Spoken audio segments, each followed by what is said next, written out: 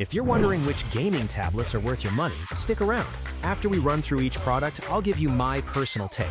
Would I buy it or would I skip it? No fluff, just my honest opinion. Let's get into it.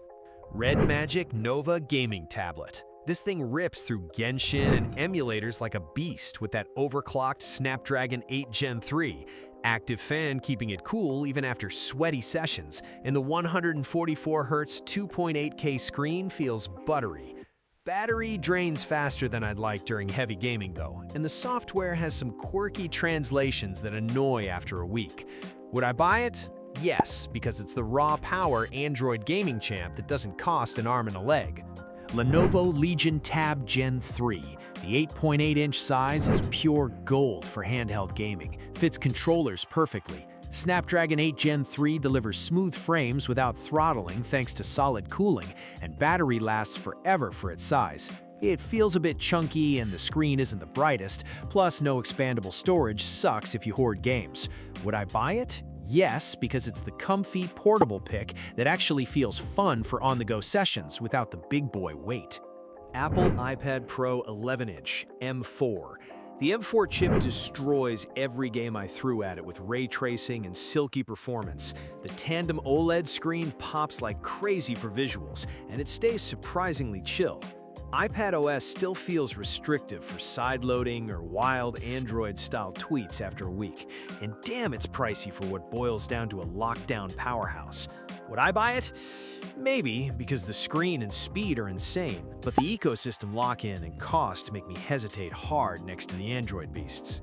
Apple iPad Pro 13-inch M4. Bigger screen makes immersion hit different for epic titles. Same blistering M4 performance and stunning OLED blacks that make everything look next-gen. It's heavy as hell to hold one-handed for long rants, battery drains quicker on big games, and at that price, it better come with a damn controller. Would I buy it? No, because the 11-inch does almost the same thing, lighter and cheaper, while this feels like paying extra for back strain. Apple iPad Mini 7th Gen. A17 Pro handles most games surprisingly well in that pocketable form, perfect for quick sessions or tossing in a bag, and the screen is sharp enough for casual play. It throttles and gets toasty on demanding stuff like Genshin after a while. Plus, the tiny size kills immersion compared to the bigger boys here. Would I buy it? No, because the Legion Tab feels way better for actual gaming without the mini frustrations and heat. Samsung Galaxy Tab S10 Ultra. Man, this beast is massive, with that 14.6-inch AMOLED screen making every explosion and open world feel next-level immersive for gaming sessions. It crushes high settings in Genshin or whatever without much heat buildup thanks to the Dimensity chip. But damn, it's heavy as hell to hold for long, and the price tag is straight robbery when the smaller ones do almost the same. Would I buy it? No, because the size makes it more of a lap desk than a portable gamer tablet, and it's pointless next to the competition. Samsung Galaxy Tab S10 Plus. The S10 Plus still delivers smooth gameplay on high settings with its solid processor and vibrant screen, but after a week it feels dated compared to the newer stuff, especially with slightly weaker sustained performance in long sessions. Battery holds up fine, but the whole thing just doesn't excite anymore when rivals push higher refresh and better efficiency. Would I buy it? No, it's basically last year's news and overpriced for what it brings to the table now. OnePlus Pad 3. This thing rips through demanding games with the Snapdragon 8 Elite keeping frames buttery at 144Hz on that huge display, and the battery lasts forever with crazy fast charging. It stays cooler than the Samsungs during intense play and feels like the sweet spot without the ridiculous weight or cost. Would I buy it? Yes, because it actually delivers the fun, portable gaming experience without making me regret the purchase after a week. Xiaomi Pad 7 Pro. It handles most games decently on high with that Snapdragon chip, and the screen is sharp enough for the price, but it starts to warm up and throttle a bit faster than the big boys during marathon sessions. Software feels a tad bloated with ads creeping in, which kills the vibe after owning it. Would I buy it? No. It's fine for casual stuff, but gets smoked by the OnePlus for serious gaming, and the annoyances add up quick. Honor MagicPad 4. Super thin design with the OLED pop-in colors in games, and solid performance from the chip keeping things smooth without turning into a hand warmer. Speakers are loud, but the overall experience feels a little compromised on battery and raw power when going head-to-head with the others. Would I buy it? Maybe if it was cheaper, because it's slick, but the Samsung Ultra's screen and OnePlus's speed make this feel like the also ran after real use. Lenovo Yoga Tab Plus. This thing has a massive 12.7-inch screen that looks killer for games like Genshin Impact at high settings with smooth 144Hz action, and those Harman Kardon speakers make explosions hit different. But after a week, the battery drains fast during heavy play, storage fills up quick without expandable options, and it feels more like a media beast than a dedicated gaming rig next to real powerhouses. Would I buy it? No, because the ROG Flow Z13 and Minis Forum destroy it for actual gaming without the Android limitations nagging you. Asus ROG Flow Z13. Holy crap, this Windows gaming tablet with the Ryzen AI Beast inside runs proper PC titles at solid frames on that 180Hz screen, and the detachable keyboard plus kickstand makes it feel like a portable powerhouse for real sessions. Battery holds up better than expected for what it is, and ports are actually useful unlike pure tablets.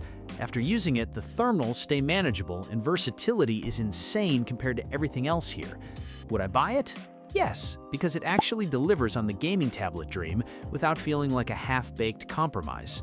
Microsoft Surface Pro 11. The Snapdragon version looks sleek and the screen is nice for everyday stuff, but gaming is a total joke with emulation issues, low frames on anything demanding, and tons of apps still choking on ARM compatibility after a week of frustration. It gets hot quick under load too, and feels pointless for gamers when real options exist. Battery is decent for light use though. Would I buy it? No, because it's basically a productivity slate pretending it can game, while the Mini Forum and Flow laugh at its performance. Minis Forum V3. This 14-inch Windows tablet with the Ryzen 7 and strong integrated graphics actually plays AAA stuff at respectable settings, especially with tweaks, and that high refresh screen plus kickstand setup makes couch gaming feel legit compared to the Surface. Keyboard is solid, and the value punches way above what Microsoft offers.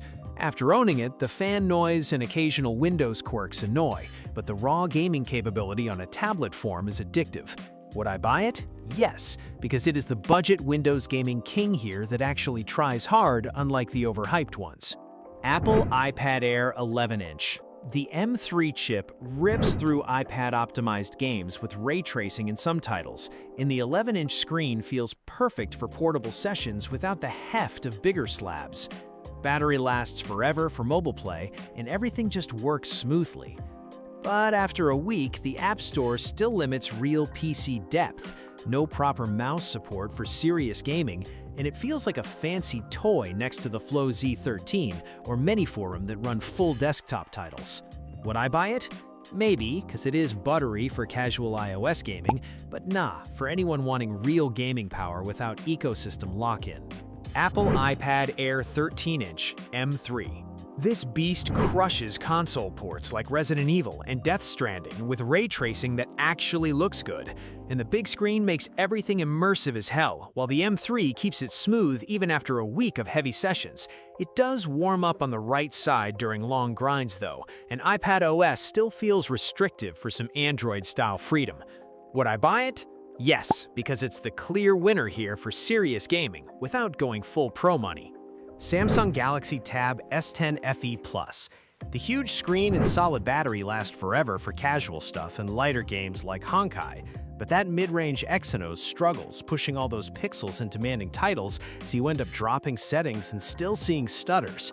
It feels like a media machine that tries to game, but gets outclassed hard by the faster chips in this list. Would I buy it? No, because for the price, it just doesn't deliver the power I actually want after using it. Xiaomi Pad 7. Snapdragon 7 Plus Gen 3 rips through Genshin and Fortnite at high settings, with that buttery 144Hz display making everything feel responsive. Plus, battery holds up decent during sessions. HyperOS has some annoying quirks and bloat that get old fast though, and it can't quite match the Apple ecosystem polish. Would I buy it? Yes, because it punches way above its weight for the money, and actually feels fun to game on daily. Redmi Pad Pro. That massive display is awesome for immersion in lighter games, and it handles most titles okay at 60 frames per second with Game Turbo. But heavier stuff forces you to dial everything down, and the weaker chip shows its limits quick compared to the Xiaomi Pad 7. Build feels decent for budget, but it gets heavy in your hands after a while. Would I buy it? No, because it's basically the budget version that gets smoked by better options right next to it in this list. Apple iPad 11th Gen.